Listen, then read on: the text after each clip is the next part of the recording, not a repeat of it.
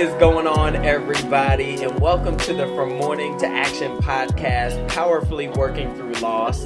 I am your host, Dr. Damon Silas, and today I have a very special guest here with me. I actually know this young lady from the Lighthouse Spiritual Center in Mooresville, North Carolina. I've been attending there for over a year and a half, and have just had the pleasure of getting to know more and more about how amazing she is.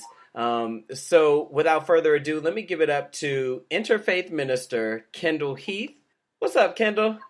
Hi. I'm so glad to be here. It's great. I feel like we're actually sitting across the table. I love it. I know. And speaking of, that reminds me, because you have a podcast that you are doing, Spiritual Charlotte, right? Yeah. And Damon, I don't know, you came on there, what was it, maybe 8 months ago or something? We'll have to find that episode. We interviewed you on the Spiritual Charlotte podcast. That's right. Yep. Yeah, and that's what I love about you, is that you're all about the spiritual aspects of bringing community together. So can you do me a favor? I don't know if there's anything I missed, but if you want to fill the people in on anything that they might find interesting about who you are. Well, I mean, interfaith minister is certainly the main way that I identify to the community, but I'm a holistic healing practitioner in terms of a process that I call integral soul healing. And that is a psycho-spiritual healing process that pulls on a lot of different spiritual and healing modalities. You know, I spent over 2 decades in counseling myself and still found that I needed to go deeper in certain ways. So being an integral soul healing practitioner is certainly central to my life. And also, I'm an intuitive medium. So, you know, that's just something I can't hide. And so I'm due about 5 or 6, readings a week at this time. And which is interesting because it puts me across the veil a lot. And, that's part of everything that is. So, and Lighthouse is a place for personal self-actualization and discovery and your personal spiritual journey. And we don't tell you what to believe. We just support you and take that walk back home with you and give you some of the tools and resources that we had to fight really hard for whenever we didn't have the support we needed, because it was kind of an isolating journey. So as you know, Damon, this journey back to self and really back to God in whatever way that you understand it has to happen with support and with community. And so that's something that's important to us. Yeah. Oh, absolutely. And, and just sharing that too, as I think about the topic of loss and as we delve into that, being in a medium, being a healer, what that's like for you on that side of loss, So I'm really curious as we start to talk about that, what that's been like for you. So can you do me a favor? And I know you and I talked a little bit about the loss that you wanted to share. And so would you mind sharing that with the people? Yeah. So you asked me to be on the show because I, just came.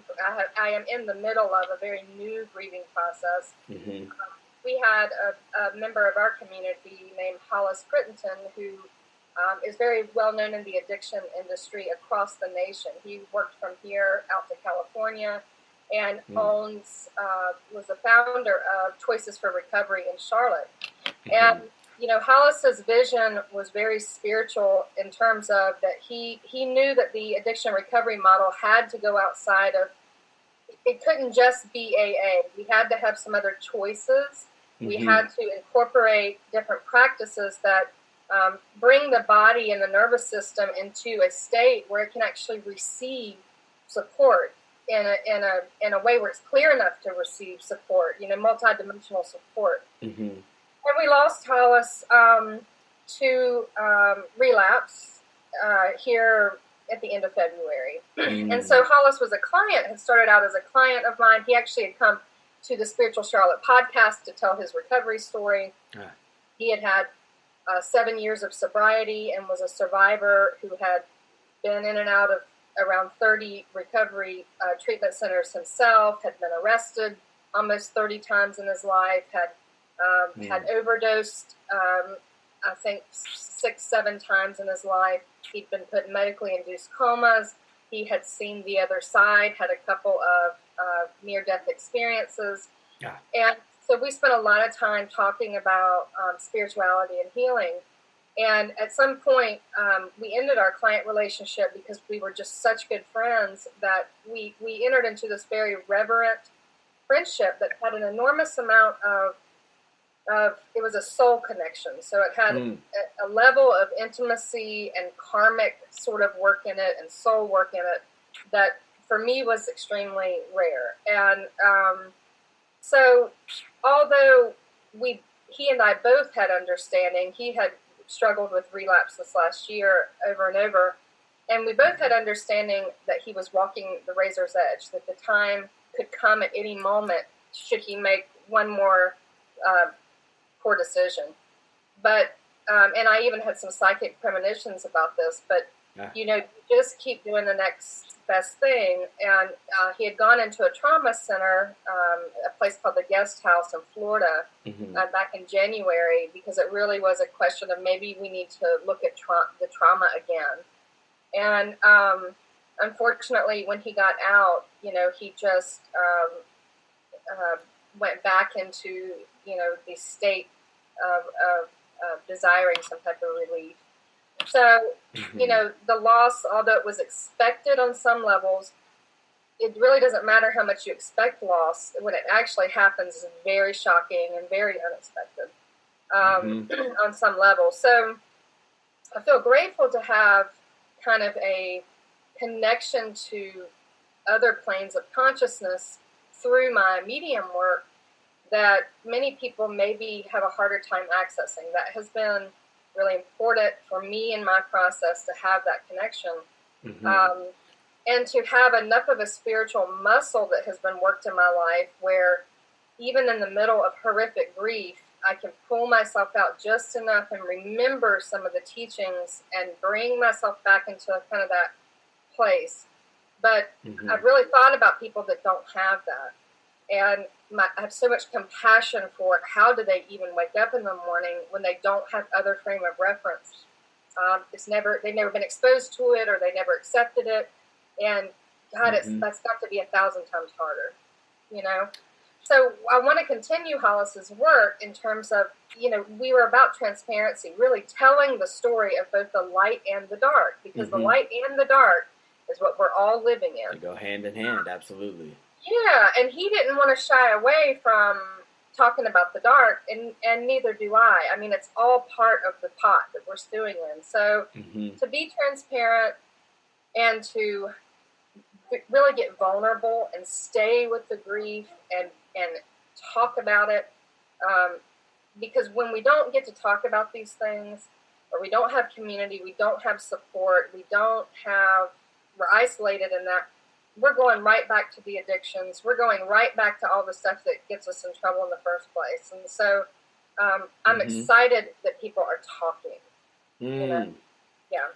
Yeah, and so thank you for sharing Hollis's story and your story, because as you said, I know it's very new and it's very fresh for you.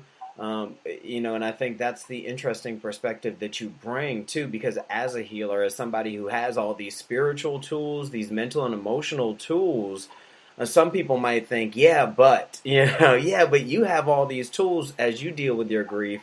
But what you're saying is it gets equally as difficult for you in your process. It's just surrounding yourself with community and reminding yourself of the tools that you do have.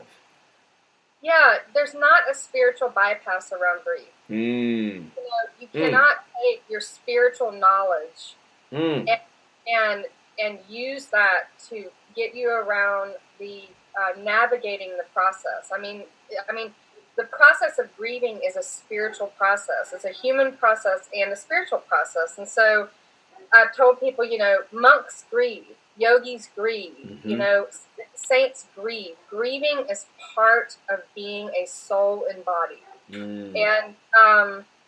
And there just isn't enough spiritual knowledge to keep you from the gift of grieving.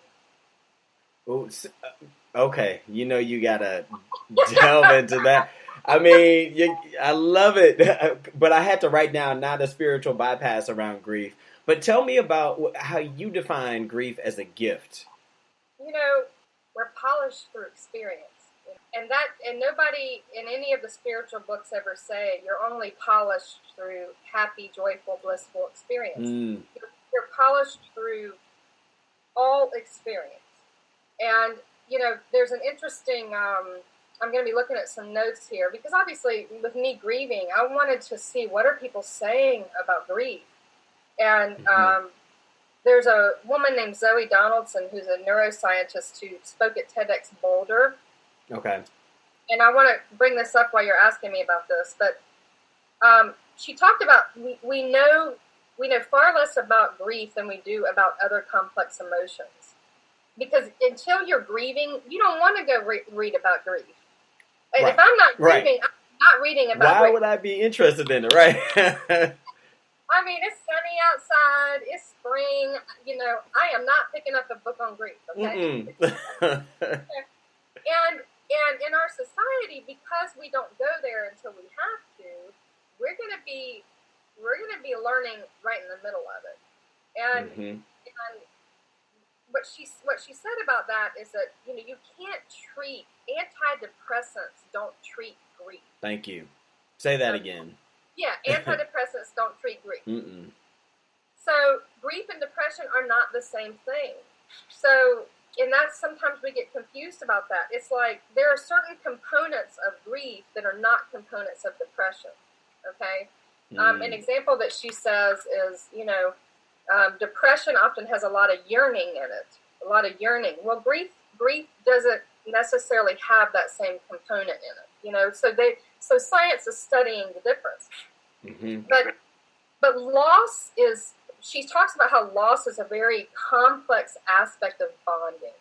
So that we are made to attach. We are made, even though the Eastern traditions teach us a lot about consciously unattaching, we're made to attach. We have a motivation to unite with somebody.